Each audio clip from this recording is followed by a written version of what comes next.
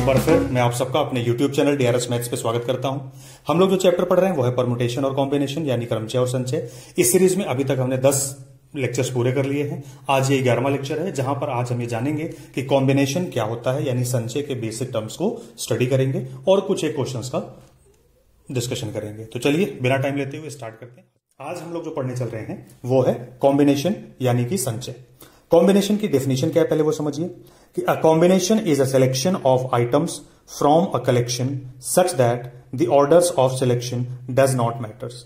Means वस्तु क्रम का ध्यान न रखते हुए दी हुई वस्तुओं में से कुछ अथवा सभी को एक साथ लेकर जो समूह या समुदाय बनते हैं उनमें से प्रत्येक समूह को संचय कहते हैं। मतलब यह हुआ कि हमारे पास जितनी वस्तुएं दी गई हैं उसमें से एक डिजायर्ड नंबर ऑफ ऑब्जेक्ट्स अगर हमें लेना है और उन नंबर्स को लेते समय उनको चयन करते समय अगर हम उनके ऑर्डर्स को कंसीडर नहीं करते हैं तो ऐसे जितने सिलेक्शंस होंगे उन सभी को हम कॉम्बिनेशन कहते हैं। एग्जांपल के लिए अगर मैं आपसे ये कहूं कि हमारे पास 3 ऑब्जेक्ट्स हैं। ऑब्जेक्ट कौन कौन से? ए, बी और सी। और मैंने कहा कि मुझे 2-2 के पेयर्स चाहिए, मुझे इनमें से कोई भी 2 ऑब्जेक्ट चाहिए। तो 2 का चयन करते समय इन 3 में से कोई भी 2 लेते समय आपके मन में 3 चीजें आती हैं। ए बी ले सकते हैं, बी सी ले सकते हैं या फिर सी ए ले सकते हैं। ठीक, अब इसी का दूसरा कंडीशन क्या कंसीडर कर लेते हैं कि आपने सोचा ए बी सी और सी ए। फिर ए बी का उल्टा क्रम भी आपने कंसीडर किया, बी ए, बी सी का उल्टा सी बी, सी ए का उल्टा ए सी। ठीक है, तो एक जगह जहां पर आप ऑर्डर्स को कंसीडर कर रहे हैं यानी वस्तु क्रम को भी कंसीडर कर रहे हैं, मान रहे हैं, तो उस वहां पर जहां पर वस्तु के क्रम को ध्यान में दिया जाता है, ऑर्डर मैटर करता है, वहां पर ए बी और बी ए दोनों 2 अलग अलग चीजें होती हैं। जहां पर इस वस्तु क्रम का ध्यान नहीं दिया जाता वहां पर ए बी और बी ए दोनों एक ही चीज होती है। उसी तरीके से यहां पर BC और CB दोनों 2 अलग अलग चीजें हैं, क्योंकि इसमें B पहले आता है बाद में C, इसमें C पहले आता है बाद में B। यहां पर क्रम का ध्यान दिया जा रहा, यहां पर क्रम का ध्यान नहीं दिया जा रहा, इसलिए BC और CB दोनों एक ही है यानी कि BC। ठीक है, ऐसे ही CA और AC अलग अलग हैं। जब क्रम का ध्यान देंगे, जब क्रम को ध्यान में नहीं रखेंगे तो CA मतलब हो गया। तो इस चीज को आपने क्या कहा है? इसी चीज को आपने परम्यूटेशन कहा है। लेकिन जब हम इस चीज को कंसीडर करेंगे, इस बात को कंसीडर करेंगे तो इसी को हम कॉम्बिनेशन कहते हैं। क्या कहते हैं? क्रमचय कहते हैं। अब आइए इसकी और कुछ बेसिक चीजों को समझते हैं। देखिए, कॉम्बिनेशन या क्रमचय का नोटेशन क्या है? नोटेशन मतलब रिप्रेजेंटेशन, संकेतन, किस तरह से इसको हम व्यक्त करते हैं। NCR लिख सकते हैं या NCR इस फॉर्मेट में लिख सकते हैं, या तो ऐसे लिखा मिलेगा आपको या फिर इस फॉर्मेट में मिलेगा, या इस तरीके से CNR लिखा मिलेगा, या फिर ऐसे 2 स्मॉल ब्रैकेट्स होंगे, ऊपर N और नीचे R लिखा मिलेगा। इन सभी का एक ही मतलब है कि कुल N वस्तुओं में से जो आपके पास टोटल नंबर ऑफ आइटम्स हैं N, उसमें से R ऑब्जेक्ट्स का सिलेक्शन आपको करना है विदाउट कंसिडरिंग द ऑर्डर। बिना क्रम का ध्यान देते हुए N में से R वस्तुओं को आपको लेना है, चुनना है। N में से R वस्तुओं को लेने का तरीका क्या होगा? उसको आप लिखोगे NCR। ठीक है, हम जनरली इस मेथड को कंसिडर करेंगे। अब इसकी वैल्यू क्या होती है वो देखते हैं। देखें, if R things out of N different things are selected and arranged, मतलब यदि कुल N विभिन्न वस्तुओं में से R वस्तुओं का चयन किया गया, क्रम वाइज चयन किया गया, मतलब उनका चयन करके उन्हें क्रम में सजाया गया, तो उनका सिलेक्शन और अरेंजमेंट, सिलेक्शन एंड अरेंजमेंट का मतलब देखो, अगर मैं fundamental principle of counting apply करूं तो जहां पर एंड होता है उसका मतलब इनटू हुआ, तो सिलेक्शन एंड अरेंजमेंट यही है ना, सिलेक्शन एंड अरेंजमेंट। तो सिलेक्शन एंड अरेंजमेंट का मतलब हुआ सिलेक्शन, एंड का मतलब इनटू अरेंजमेंट। ठीक, देखो सिलेक्शन एंड अरेंजमेंट जो होता है यानी कि चयन और उसको क्रम में रखना, क्रम वाइज चयन, या ठीक है क्रमगत चयन आप कह लो। ठीक, तो उसको आप क्या कहते हो? उसी को आप कहते हो परम्यूटेशन। तो N वस्तुओं में से R वस्तुओं को क्रमागत उनका चयन करना, तो क्रमागत चयन होता है NPR, यानी कि ये वैल्यू हो गई परम्यूटेशन। इधर सिलेक्शन हमें निकालना है, अरेंजमेंट R वस्तुओं को R स्थानों पर अरेंज करने का जो तरीका होता है वो होता है फैक्टोरियल R। ये बिल्कुल उसी तरीके से है। आपके पास मान लीजिए 3 कुर्सियां हैं, 3 कुर्सियों पर 3 लोगों को बैठाना है, तो आप कैसे? पहली, दूसरी, तीसरी। पहले के लिए 3 ऑप्शन, दूसरी के लिए 2 ऑप्शन, तीसरी के लिए 1 ऑप्शन, सभी को आप बैठाओगे, आप फैक्टोरियल 3 लिखोगे। 3 स्थानों पर 3 लोगों को अरेंज करने का तरीका फैक्टोरियल 3। तो R ऑब्जेक्ट्स का सिलेक्शन है, तो R ऑब्जेक्ट्स को अरेंज करने का तरीका फैक्टोरियल R हो गया। ठीक, अब आप देखो यहां से आपको क्या मिला कि NPR is equal to selection into factorial R। जो सिलेक्शन है इसी सिलेक्शन को ही तो हमने कॉम्बिनेशन कहा, मतलब NCR। सिलेक्शन क्या है? एनसीआर, एन वस्तुओं में से आर वस्तुओं का सिलेक्शन, अरेंजमेंट नहीं, ऑर्डर वाइज अरेंजमेंट नहीं, सिर्फ सिलेक्शन क्या कहलाता है? क्रमचय यानी कि कॉम्बिनेशन। तो NCR into factorial R is equal to NPR, ये इसके बराबर है। ये रिलेशन हो गया परम्यूटेशन और कॉम्बिनेशन के बीच में, और यहीं से देखो मैं कॉम्बिनेशन की वैल्यू निकालूंगा। यहीं से ये वैल्यू मैं क्या लिख सकता हूं? अगर मैं इधर रखूं NCR is equal to NPR, का मतलब होता है factorial N divided by N minus R, N minus R, ये एनपीआर की वैल्यू होती है। और एनसीआर के साथ में फैक्टोरियल आर इधर गुणा कर रहा, तो ये इधर आएगा तो इधर डिवाइड करेगा, यानी इस वैल्यू को फैक्टोरियल आर से डिवाइड कर दो, फैक्टोरियल आर से डिवाइड कर दिया, तो आपको जो मान मिल गया कि एनसीआर कॉम्बिनेशन की value factorial N upon factorial are into factorial N minus R. ठीक है, तो देखो यहां पर हमने दो चीजें सीखी कि एनसीआर की वैल्यू होती है क्या?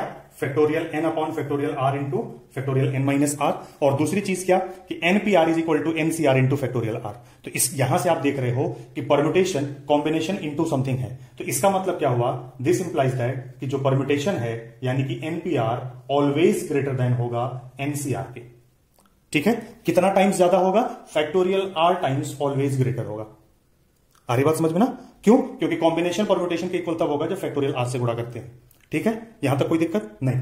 अब यहीं से एक चीज और देखो, अगर एनसीआर इज इक्वल टू ये होता है, तो अब एक और रिजल्ट में देखो, अगर मुझे एनसीएन माइनस आर वैल्यू निकालनी है तो इसका कितनी वैल्यू आएगी? उसी तरीके से अप्लाई करते हैं, ऊपर factorial N as it is होगा, जो नीचे लिखा है उसका फैक्टोरियल, यानी कि यहां पर फैक्टोरियल आ जाएगा एन माइनस आर इंटू, फिर क्या करना है? इन दोनों का डिफरेंस यहां लिखना है, ये हो गया एन माइनस ये जो वैल्यू, अब माइनस एन माइनस आर होगा तो माइनस एन प्लस आर हो जाएगा, और ये वैल्यू बदल के हमको मिल गई factorial N upon factorial N minus R into factorial R. देखो ये वैल्यू और ये वैल्यू बिल्कुल सेम है, इक्वल है। इसका मतलब कि मुझको एक रिजल्ट ये मिल गया कि NCR is equal to NCN minus R, ये रिजल्ट मिल गया।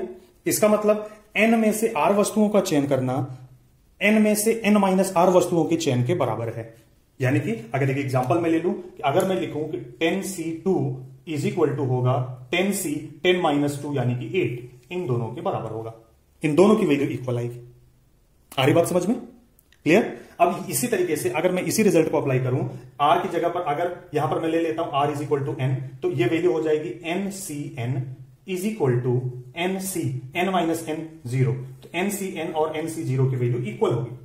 क्या होगी? इक्वल। और ये वैल्यू होगी कितनी इन दोनों की वैल्यू? तो ये वैल्यू आपको मिलती है ऑलवेज 1।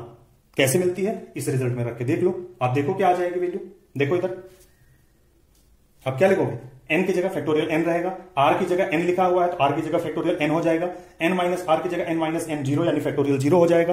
फैक्टोरियल 0 की वैल्यू आप जानते हो कितनी होती है? 1 होती है। फैक्टोरियल एन 1 जा, ये कट जाएगा, ओवरऑल वैल्यू क्या मिल जाएगी? 1। मतलब एन में से एन सभी वस्तुओं को चुनना या एन में से एक भी वस्तु को ना चुनना। ठीक है, एन में से 0 ऑब्जेक्ट्स को लेना, मतलब कोई भी सामान नहीं लेना। दोनों के कितने तरीके हैं? केवल एक ही तरीका। ठीक है, तो यहां से आपको ये रिजल्ट मिल गया। तो देखो क्या क्या मिला। एनसीआर क्या होता है, एनपीआर एनसीआर में क्या रिलेशन है, एनपीआर परम्यूटेशन ऑलवेज कॉम्बिनेशन से बड़ा होगा। और क्या मिला, एनसीआर एनसीएन माइनस आर के इक्वल होगा। एनसीएन और एनसी 0 की वैल्यू आपस में क्या होगी? इक्वल, और उसकी वैल्यू कितनी आएगी? 1 आएगी। यहां तक बात क्लियर है? समझ गए इस चीज को? अभी जस्ट हम कॉम्बिनेशन के नोटेशंस पे काम कर रहे हैं, बाकी कॉन्सेप्ट पे बाद में काम करेंगे। पहले इसके नोटेशंस को समझ लो और ये कैसे फॉर्मूले आते हैं इसको समझ लो। NCr is equal to NCN minus r, इसी पर बेस्ड एक उप प्रमेय या कोरोलरी कह लो।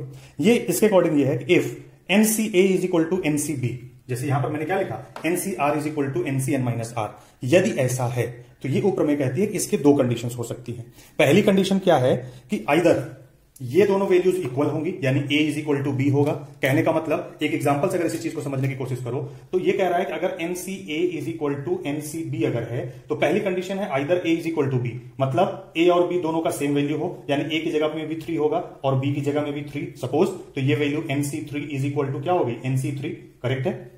और ये कह रहा है कि अगर या तो इन दोनों की वैल्यू बराबर होगी या फिर इन दोनों का सम n के इक्वल होगा। देखो ये दोनों बराबर है, ये मैंने प्रूफ किया अभी। अब देखो इसका और इसका सम जरा निकालो, r plus n minus R is equal to क्या हो रहा है? आर आर कट के वैल्यू क्या मिल गई? n। इसका मतलब अगर दो कॉम्बिनेशंस इक्वल हैं तो आइदर इन दोनों का जो नंबर ऑफ सिलेक्टेड आइटम्स है, इन दोनों का सम टोटल आइटम्स के इक्वल होगा, टोटल नंबर्स के इक्वल होगा, that is a plus B is equal to n होगा, और जो सिलेक्टेड आइटम्स हैं उनकी वैल्यू इक्वल होगी। मतलब या तो nc3 is equal to nc3 होगा या फिर a और b का जो एडिशन है, योगफल है, वो n के बराबर होगा। यहां तक बात समझ में आ गई? क्लियर है?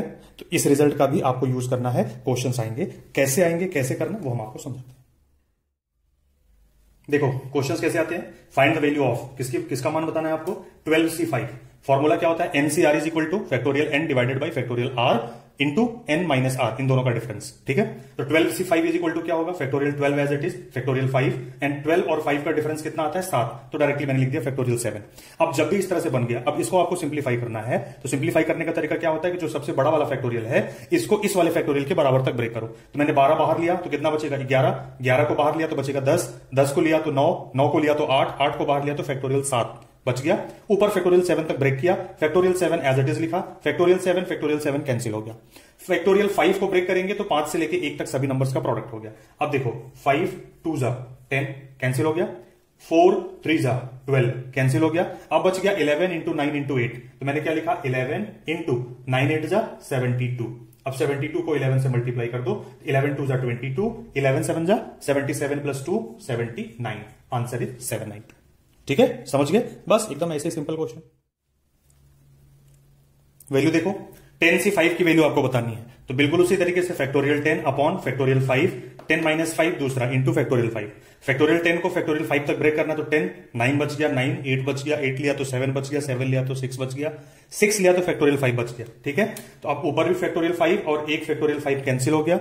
एक फैक्टोरियल 5 जो बचा उसको ओपन कर दिया, 5 2 जा 10 कैंसिल, 4 2 जा 8 कैंसिल, 3 3 जा 9 कैंसिल। ठीक है, नीचे कैंसिल हो गया। ऊपर की सारी वैल्यूज को आप मल्टीप्लाई करो, 3 2 जा 6, 6 6 जा 36, आपको मिला 7 इंटू 36, यानी कि वैल्यू आ गई 7 6 जा 42, 4 7 3 जा 21 प्लस 4 25, the value is 252। Clear? Find the value of N. Question क्या है, if NC10 is equal to NC15, मतलब यदि NC10 बराबर NC15 है तो n की वैल्यू बताओ। तो एक रिजल्ट हमने आपको बताया था क्या, कि if NCA is equal to NCB, अगर ये है तो इसकी दो ही कंडीशन हो सकती है। पहली, या तो A is equal to B होगा, दूसरी या फिर A plus B is equal to N होगा। यही कंडीशन है। अब आप देखो यहां पर, तो इसके हिसाब से क्या कंडीशन है, या तो 10 और 15 बराबर है, तो यहां पर आप लिखोगे कि since 10 is not is equal to 15, ये दोनों बराबर नहीं है। इसका मतलब क्या हुआ कि दोनों का सम यानी कि 10 प्लस 15 ये वैल्यू n के बराबर है। तो यहां से आपको डायरेक्टली मिल गया कि n इज इक्वल टू क्या हो गया, 25। क्लियर? एकदम आसानी से आपने इसकी वैल्यू निकाल दी। अब कई बार आपको इस तरीके से दे देता है, if NC10 is equal to NC15 then find the value of 27CN। इस तरह से पूछ दिया कि 27CN की वैल्यू बताओ, तो सबसे पहला काम आपका है कि यहां से आपने n की वैल्यू निकाल दी 25। अब इसकी वैल्यू 27CN का मतलब हुआ कितना हो जाएगा कि this is equal to 27C25। Clear? अब 27C25 की वैल्यू कैसे निकालनी है वो देखो, 27C25 means factorial 27 divided by factorial 25 into दोनों का डिफरेंस यानी कि फैक्टोरियल 2। अब आप फैक्टोरियल 27 को 25 तक अगर आप ब्रेक करोगे तो आपको दो वैल्यूज मिलेंगी, 27 इंटू 26 इंटू फैक्टोरियल 25, इधर डिवाइडेड बाई फैक्टोरियल 25 और यहां पर फैक्टोरियल 2 मतलब 2 इंटू 1, ये वैल्यू कट गई। 2 से 26 को डिवाइड किया तो वैल्यू कितनी आ गई, 13 को 27 में मल्टीप्लाई कर दो, आपको आपका आंसर मिल जाएगा। अब 13 को 27 में जब आपने मल्टीप्लाई किया तो ये रिजल्ट आपको क्या मिल जाएगा, देखो 13 7 जा 91, कैरी इज 9, 13 2 जा 26 plus 9 is 35, the answer is 351। Clear? 351 is your answer. ठीक है, तो इस तरीके से आपको अगर NC10 बराबर NC15 दिया है तो पहले आपने n बराबर 25 निकाला, फिर 27CN की वैल्यू आपसे पूछा, मतलब 27C25, और उसकी वैल्यू फिर आपने निकाल करके ये दे दिया। तो इस तरह से जैसे भी क्वेश्चन आपसे, ये क्वेश्चन दे रखा है आपको, find the value of x plus Y. x plus Y का मान बताओ कब, जब यदि 15CX is equal to 15CY and x is not is equal to y, मतलब if 15CX बराबर 15CY है और x और y आपस में इक्वल नहीं है, तो देखो ये कंडीशन होती है तो या तो ये होती या फिर ये, तो इन्होंने कह दिया कि ये कंडीशन नहीं है, मतलब दोनों इक्वल नहीं है, तो ऑब्वियस सी बात है कि this implies that simply x plus Y is equal to n। n का मतलब कितना आ गया, 15। डायरेक्ट आंसर हो गया, कुछ करने की जरूरत नहीं, रिजल्ट आपको पता है, आंसर आपके सामने होगा। देखो अब जैसे ये क्वेश्चन दिया कि find the value of r, r का मान बताओ कब, if 19CR-1 is equal to 19C3R, मतलब 19CR-1 is equal to 19C3R है, तो r की वैल्यू बताओ। तो भाई रिजल्ट तो वही है ना कि if NCA is equal to NCB, तो इसका मतलब क्या हुआ, पहली कंडीशन या तो A is equal to B होगा और a plus B is equal to N होगा। यही दो कंडीशन है, अप्लाई करके देखो। पहली कंडीशन में लेता हूं कि इफ अगर ऐसा है तो इसका मतलब आपका रिजल्ट क्या हो जाएगा कि this implies that r minus 1 is equal to 3r। यहां कोई कंडीशन नहीं दिया तो हम दोनों अप्लाई करेंगे। मान लिया अगर ये दोनों वैल्यू इक्वल है तो 1 उधर जाए, r को उधर ले जाओ, तो माइनस 1 इज इक्वल टू आपको मिला 3r minus r, minus 1 is equal to 2r, और यहां से आपको मिल जाएगा r is equal to minus 1/2। Value कैसे मिल गई? नेगेटिव। और अगर आपको याद हो तो मैंने स्टार्टिंग में ही आपको बताया है कि n और r की वैल्यू कभी भी नेगेटिव नहीं हो सकती। क्या कंडीशन होती है n और r की वैल्यू की? कि r की वैल्यू ऑलवेज ग्रेटर और is equal to 0, less than और इज इक्वल टू n। ये कंडीशन होगा आइदर इन परम्यूटेशन और इन कॉम्बिनेशन। किसी में भी आप जाओगे, चाहे परम्यूटेशन की वैल्यू निकालो या फिर कॉम्बिनेशन की, r की वैल्यू 0 टू n के बीच में होगी। ठीक है, नेगेटिव नहीं हो सकती। नेगेटिव आंसर आया, इसका मतलब ये कंडीशन अप्लाइड नहीं है। तो सीधा सीधा क्या मतलब है भाई, अगर ये कंडीशन अप्लाइड नहीं है तो सेकंड वाली वैल्यू हो सकती है, एंड दैट इज व्हाट, दोनों का सम n यानी 19 के बराबर हो, मतलब r minus 1 plus 3r is equal to 19, minus 1 उधर जाएगा, ऐड हो जाएगा, तो 19 की जगह 20, इधर 3 प्लस 1 यानी कि 4r इज इक्वल टू 20, तो r इज इक्वल टू 4 पंजे 20, आंसर आ गया 5। r की वैल्यू कितनी होगी? 5। इस तरीके से आप ऐसे क्वेश्चन का आंसर दे सकते हो। अब देखो, जैसे ये क्वेश्चन आपको दिया कि find the value of n का मान बताओ जब if 7p3 is equal to n into 7c3। अब इस तरह से आपको दिया तो फिर से आप वही काम करते हो कि आप 7p3 में क्या करोगे, इसका कैलकुलेशन करोगे, इसका कैलकुलेशन करोगे, डिवाइड करोगे, n की वैल्यू निकालोगे। ऐसा कुछ नहीं करना। बेसिक जो हमने डेफिनेशन बताया है कॉम्बिनेशन का, क्या है, हमने आपको क्या बताया कि np3 परम्यूटेशन और कॉम्बिनेशन के बीच में क्या रिलेशन होता है, since npr is equal to ncr into factorial r। ठीक है, अब आप यहां पर देखो, n दोनों का इक्वल है, r दोनों का इक्वल है, तो इसका मतलब कि कॉम्बिनेशन में जिससे मल्टीप्लीकेशन हुआ है that is nothing but factorial r।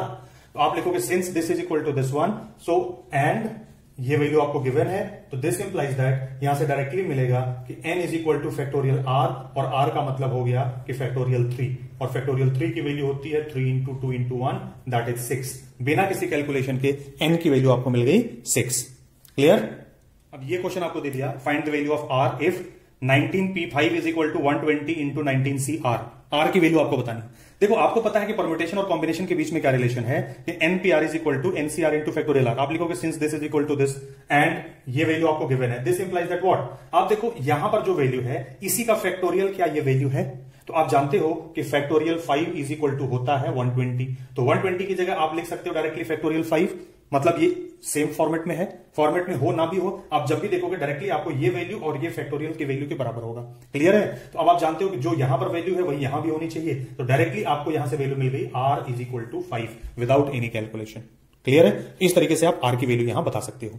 ठीक, अब मान लो यही चीजें थोड़ी सी अपोजिट कर दे, यहां की जगह पर ये आपको इस तरह से थोड़ा सा उल्टा दे दे, ये ऐसे ना दे करके आपको दे दे कि यहां पर 19c5 है और यहां पर 19pr है, फिर आपसे r की वैल्यू पूछ दे, तब भी आप जान लो अगर n की वैल्यू दोनों साइड इक्वल है, यहां पर जो वैल्यू गिवन है उतने का ही यहां पर फैक्टोरियल है, तो ये वैल्यू और ये वैल्यू इक्वल होगी, दैट इज r होगी। यहां से ये वैल्यू दिस इंप्लाइज दैट आपको मिल गया r इज इक्वल टू 5 मिल गया।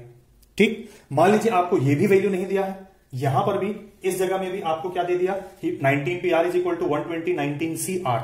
तो आप ये चीज 100% जान लो कि ये जितने नंबर से मल्टीप्लाई किया गया है, ये जिस भी फैक्टोरियल की वैल्यू है वही इन दोनों का मान है। तो 120 मींस फैक्टोरियल 5, तो इसका मतलब हो जाएगा दोनों जगह पर r सेम होता है, r इज इक्वल टू 5 हो जाएगा। अगर ये 120 की जगह 720 होता तो ये फैक्टोरियल 6 होता और r की वैल्यू 6 हो जाती। आई बात समझ में? तो इस तरह के क्वेश्चन आपसे एग्जाम में पूछे जाते हैं और उसके आंसर्स को आप इस तरह से करोगे। ठीक है, सेम बिल्कुल इसका ही एक अलग से एक्सरसाइज लेकर के हम आएंगे जिसमें बहुत सारे क्वेश्चंस का डिस्कशन करेंगे। ठीक, इस वीडियो में इतना ही, फिर मिलते हैं अगले वीडियो में। अगर आपने अभी तक चैनल को सब्सक्राइब नहीं किया तो सब्सक्राइब कर लीजिए, वीडियोस को लाइक करिए, अपने सुझाव अपने विचार कमेंट में दीजिए और वीडियो को ज्यादा से ज्यादा लोगों तक शेयर करिए। ठीक है, और प्लीज बार बार वीडियो को देखिए, ज्यादा से ज्यादा क्वेश्चंस को प्रैक्टिस करिए। जितना ज्यादा आप प्रैक्टिस करेंगे उतनी अच्छी आपकी मैथ्स हो जाएगी, उतने अच्छे तरीके से आप इन चैप्टर्स को तैयार कर लेंगे। आपको कहीं भी दिक्कत आती है आप हमसे पूछिए। ठीक है, थैंक यू सो मच।